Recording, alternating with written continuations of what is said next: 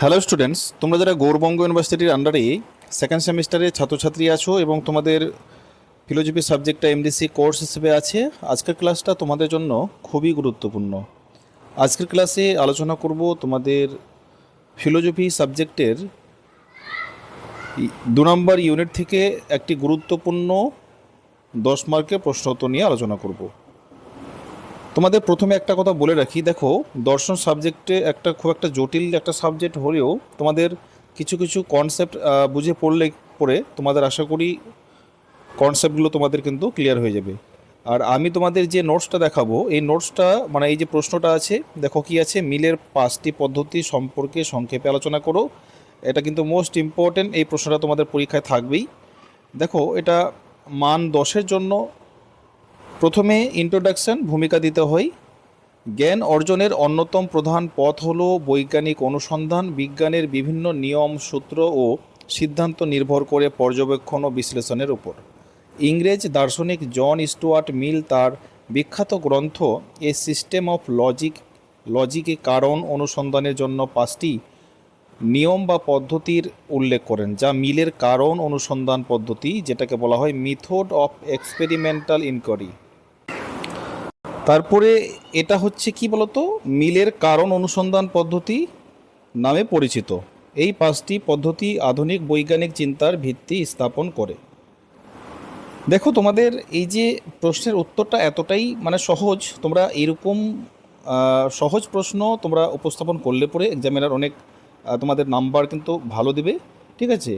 আর আরেকটা কথা তোমাদের সঙ্গে শেয়ার করা আছে, সেটা হলো তোমরা যারা স্টাডি মেটেরিয়াল অর্থাৎ পিডিএফ নোটস তোমরা সংগ্রহ করতে চাইছো, তাহলে এই যে নম্বরটা দেখতে পাচ্ছ, তোমাদের ফিলোজফি সাবজেক্টের স্টাডি মেটেরিয়াল তৈরি করা হয়েছে, এই নম্বরে যোগাযোগ করে তোমরা সংগ্রহ করতে পারো।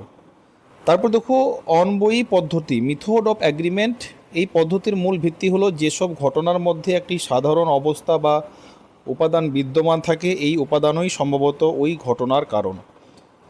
উদাহরণ কী আছে, ধরো কয়েকজন ব্যক্তি একই রেস্তোরাঁয় খেয়ে অসুস্থ হয়েছে। দেখা গেল সবাই শুধু লেবুর শরবত খেয়েছিল, তখন অনুমান করা যায় শরবতটি তাদের অসুস্থতার কারণ হতে পারে। তারপরে এখানে কি আছে, এটি সাধারণ ঘটনার মধ্যে মিল খুঁজে তার কারণ নির্ণয়ের চেষ্টা করে।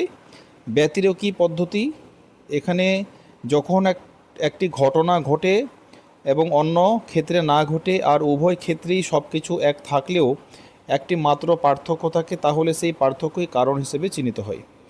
উদাহরণ, দুজন বন্ধু একই রকম খাবার খেলো, কিন্তু একজন চা খেলো, অপরজন খায়নি। এরপর চা খাওয়া ব্যক্তি অসুস্থ হলো, তখন বলা যায় চাই তার অসুস্থতার কারণ।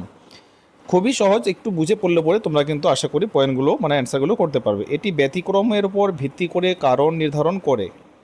তারপরে কি আছে এখানে, অনবয়ী ব্যতিরেকি পদ্ধতি। এখানে এই উপরের 2 পদ্ধতির সম্মিলিত রূপ, এটি একই সঙ্গে মিল ও ভিন্নতা খুঁজে কারণে পৌঁছাতে চাই। উদাহরণ, 5 জন বন্ধু একসাথে খাওয়ার পর অসুস্থ হয়। দেখা গেল সবাই পিৎজা খেয়েছে, আবার যারা পিৎজা খায়নি তারা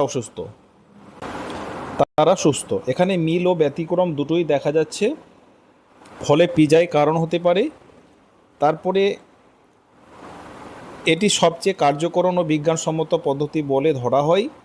4 নম্বর, সহপরিবর্তন পদ্ধতি। যখন একটি ঘটনার মাত্রা পরিবর্তনের সঙ্গে সঙ্গে আরেকটি ঘটনার মাত্রাও পরিবর্তিত হয়, তখন ধরা হয় দুটি ঘটনার মধ্যে একটি সম্পর্ক বা কার্যকরণ রয়েছে। উদাহরণ, সারাদিন গরম যত বাড়ে বরফের গলনও তত বাড়ে। অর্থাৎ গরম বাড়লে বরফ গলে, তাহলে তাপমাত্রা ও বরফ গলার মধ্যে সম্পর্ক আছে। এটি পরিবর্তনের সঙ্গে সঙ্গে সম্পর্ক নির্ধারণের কার্যকরণ পদ্ধতি।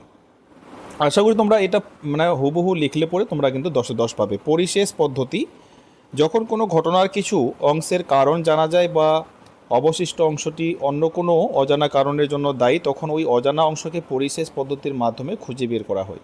উদাহরণ, যদি ছাত্রের নম্বরের মধ্যে 80 নম্বরের উৎস জানা যায়, মাধ্যমিক, প্র্যাকটিক্যাল ইত্যাদি, আর মোট নম্বর 100 হয়, তবে অবশিষ্ট 20 নম্বর কোথা থেকে এসেছে তা খুঁজতে হবে। সেই অজানা উৎসই হচ্ছে এখানে পরিশেষ।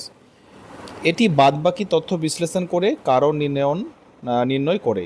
উপসংহার, সর্বশেষ তোমরা লিখবে, পরিশেষে বলা যায় মিলের এই 5টি পদ্ধতি বিজ্ঞানের যুক্তিনিষ্ঠ তদন্তের শক্তিশালী হাতিয়ার।